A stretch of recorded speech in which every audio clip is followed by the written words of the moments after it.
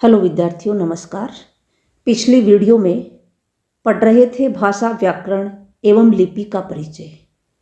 और इससे पहले वाली वीडियो में अपन ने जाना भाषा शब्द की व्युत्पत्ति तथा भाषा के प्रकार, जिसमें दो प्रकार हैं, मौखिक भाषा और लिखित भाषा।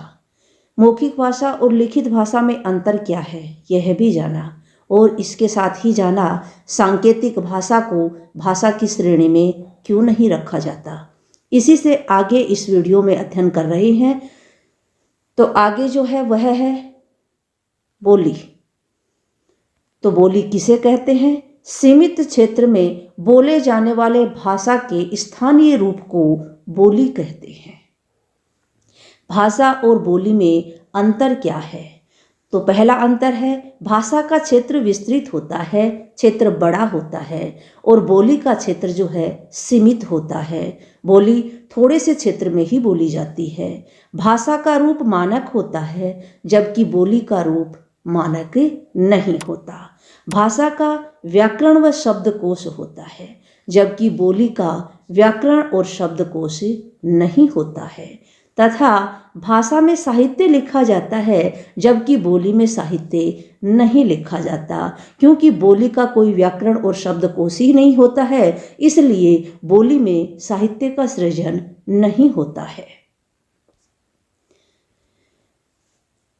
कोई भी बोली भाषा कब बनने लगती है?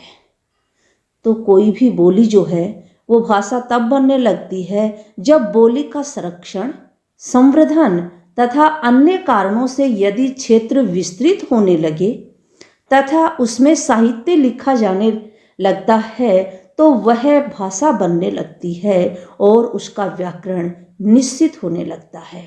तो कोई भी बोली जो है उसको संरक्षण मिल जाएगा, उसका संवर्धन होगा और उसका क्षेत्र विस्तृत हो जाएगा तथा उसका व्याकरण निश्चित हो जाएगा, तब वह बोली जो है भाषा का रूप ले लेती है। चीनी और अंग्रेजी के बाद दुनिया में सबसे अधिक बोली जाने वाली हिंदी का क्षेत्र इतना व्यापक है कि इसकी 5 उपभाषाएं हैं और हर उपभाषा की कई बोलियां हैं। तो 5 हिंदी की जो उपभाषाएं हैं उनको देखते हैं अपन। पहली है पश्चिमी हिंदी, और पश्चिमी हिंदी में जो बोलियां हैं वो हैं खड़ी बोली, ब्रजभाषा, बांगरू, बुंदेली, कन्नौजी और दक्षिणी। हिंदी की दूसरी उपभाषा है पूर्वी हिंदी, जिससे कि बोलियां हैं अवधी, बघेली, छत्तीसगढ़ी। तथा हिंदी की तीसरी उपभाषा है राजस्थानी, जिसमें मारवाड़ी, मेवाड़ी, ढूंढाड़ी, हाड़ौती, मेवाती, बागड़ी और मालवी सम्मिलित है।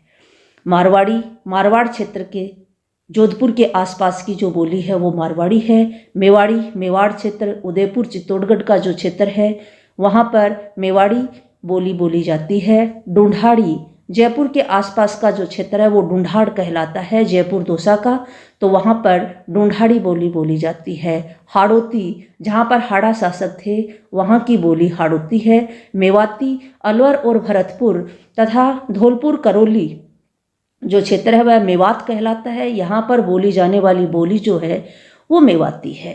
बागड़ी तो बागड़ प्रदेश कहलाता है, डूंगरपुर और बांसवाड़ा, वहाँ पर बागड़ी बोली जाती है। मालवा जो क्षेत्र है और वहाँ की बोली जो है वो मालवी है। कोटा, झालावाड़ और चित्तौड़गढ़ का जो क्षेत्र है वहाँ पर मालवी बोली बोली जाती है।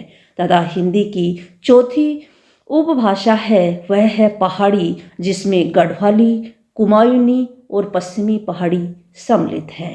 तथा अंतिम उपभाषा है वह है बिहारी, जिसमें भोजपुरी, मैथिली और मगही बोलियां बोली जाती हैं।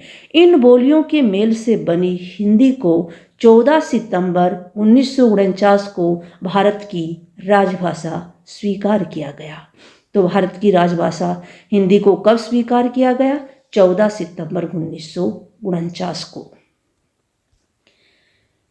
आगे पढ़ते हैं व्याकरण। तो व्याकरण हिंदी भाषा को शुद्ध रूप से लिखने और बोलने से संबंधित नियमों की जानकारी देने वाला शास्त्र व्याकरण कहलाता है। व्याकरण मुख्यतः भाषा के नियमों का संकलन है और विश्लेषण करता है और इन नियमों को स्थिर करता है। व्याकरण वह शास्त्र है जिसके द्वारा भाषा का शुद्ध और सर्वमान्य या मानक रूप बोलना, समझना, लिखना और पढ़ना आता है।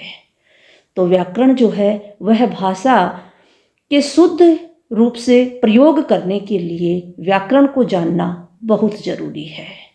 तो किसी भी भाषा को जानने के लिए उसकी व्याकरण को जानना आवश्यक होता है। हिंदी भाषा में ध्वनि, वर्ण, पद, पद्यांश, शब्द, वाक्य आदि का ज्ञान व्याकरण से ही होता है। मुख्य रूप से व्याकरण के 4 अंग हैं।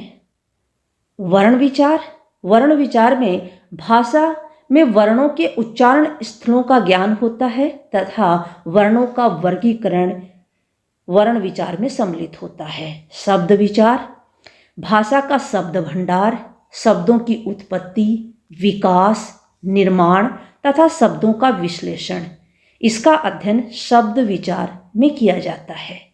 तथा व्याकरण का तीसरा अंग है पद परिचय, जिसमें शब्द से पदों का निर्माण एवं वाक्य में उनका प्रयोग, पद निर्माण के विविध रूपों एवं उनके नियमों आदि का अध्ययन किया जाता है। तथा व्याकरण का चौथा अंग है वाक्य विचार। वाक्य विचार में विभिन्न पदों के पारस्परिक संबंध, उपवाक्य तथा वाक्यों का गठन का अध्ययन किया जाता है।